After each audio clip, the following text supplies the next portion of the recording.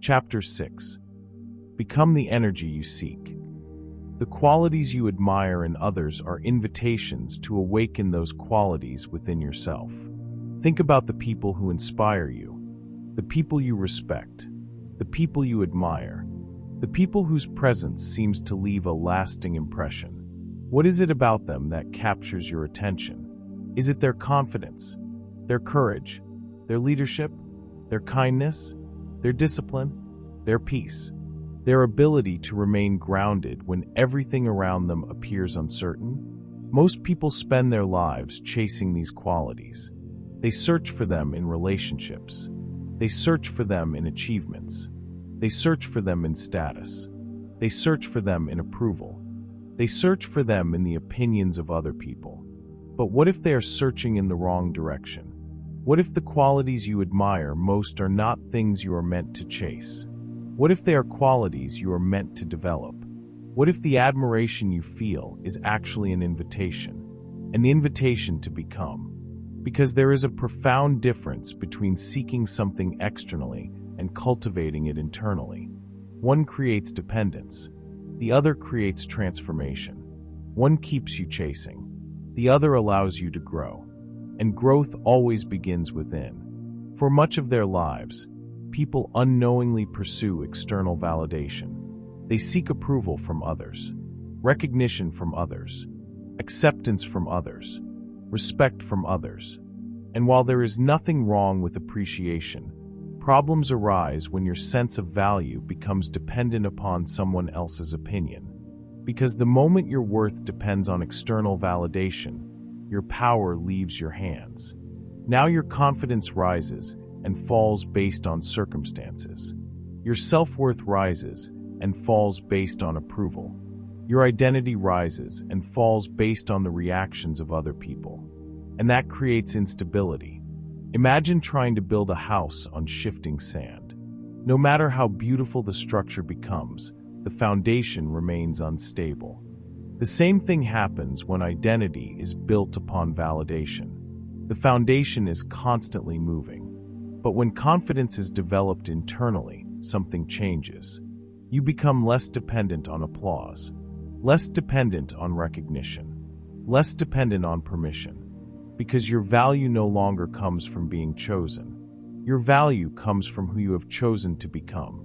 That realization alone can transform an entire life. Become what you seek. Remember that phrase. Become what you seek. Because life has an interesting way of responding to congruence. Congruence simply means alignment. The alignment between what you believe, what you feel, and how you behave.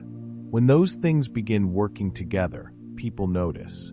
Not because you're trying to impress them, because authenticity is difficult to ignore. Think about respect. Most people want respect. They want people to listen to them, value them, appreciate them. But respect rarely begins with other people. Respect often begins with self-respect. The person who consistently honors their commitments develops self-respect. The person who speaks honestly develops self-respect. The person who establishes healthy boundaries develops self-respect. And once self-respect becomes part of their identity, something fascinating happens. Others begin responding differently.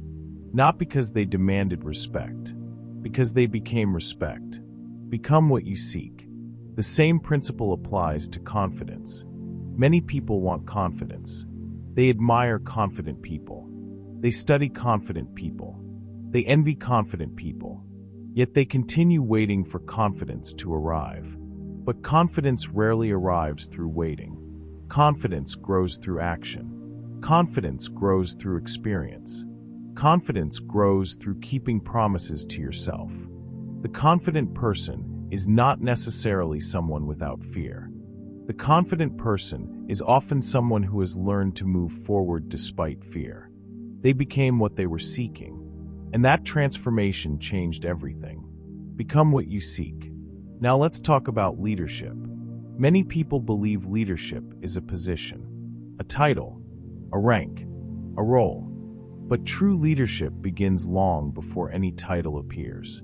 Leadership begins with responsibility. It begins with character. It begins with influence.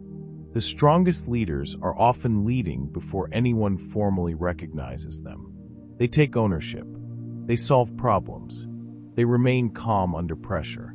They inspire through example. And eventually people begin following them. Not because they demanded authority, because they embodied leadership. They became what they sought. This principle extends into relationships as well. People often create long lists describing the qualities they want in a partner. They want honesty, loyalty, trust, kindness, emotional maturity, communication, commitment. And those qualities are important. But there is a question that is rarely asked. Have you become the qualities you seek? Because relationships tend to reflect who we are being as much as what we desire. The healthiest relationships are often built between individuals who have already begun developing within themselves the qualities they wish to receive from others. They become the energy they seek. And that changes everything. Now let's go deeper. There is something happening beneath the surface that many people never recognize. The energy you consistently embody influences the experiences you create. A person who constantly radiates bitterness often attracts conflict. A person who consistently embodies gratitude notices opportunities. A person who embodies confidence tends to engage life differently than someone who embodies insecurity. This is not magic. It is behavior. It is perception. It is identity. It is the natural result of alignment. The energy you carry influences the decisions you make. The decisions you make influence the results you experience. The results reinforce the identity you carry. The cycle continues, which is why becoming is always more powerful than chasing. Most people spend years chasing what they could be cultivating. Chasing confidence, chasing abundance, chasing respect, chasing peace, chasing success. But the person who cultivates those qualities internally often discovers something remarkable. Life begins reflecting them externally. The reflection follows the source. The outer world follows the inner world. And that brings us to a fascinating realization. What if admiration is actually recognition? Think about that for a moment. What if the qualities you admire most are not random?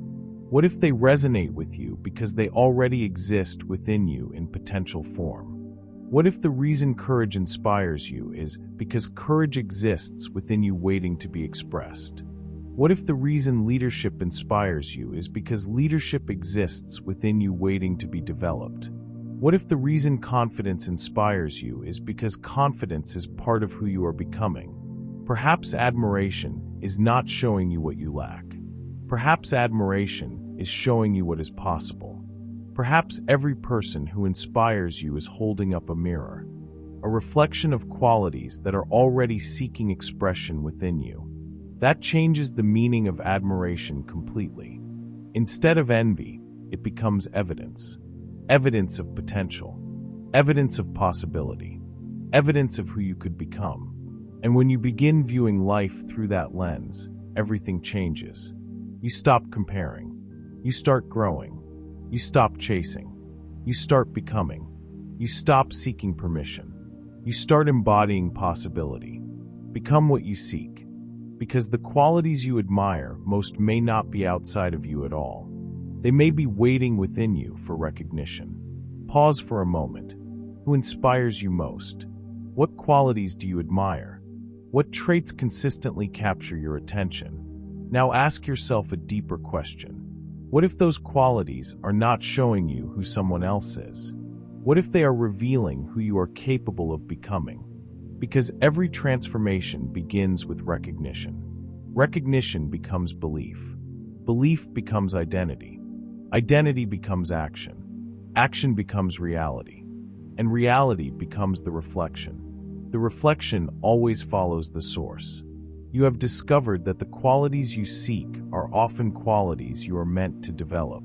You have seen that respect begins with self-respect. Confidence begins with courageous action. Leadership begins with responsibility.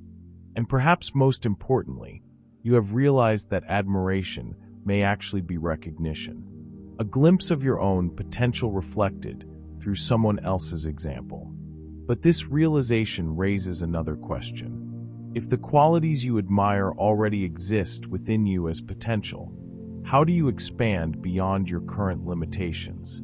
How do you move beyond what is visible and begin believing in possibilities greater than your present circumstances?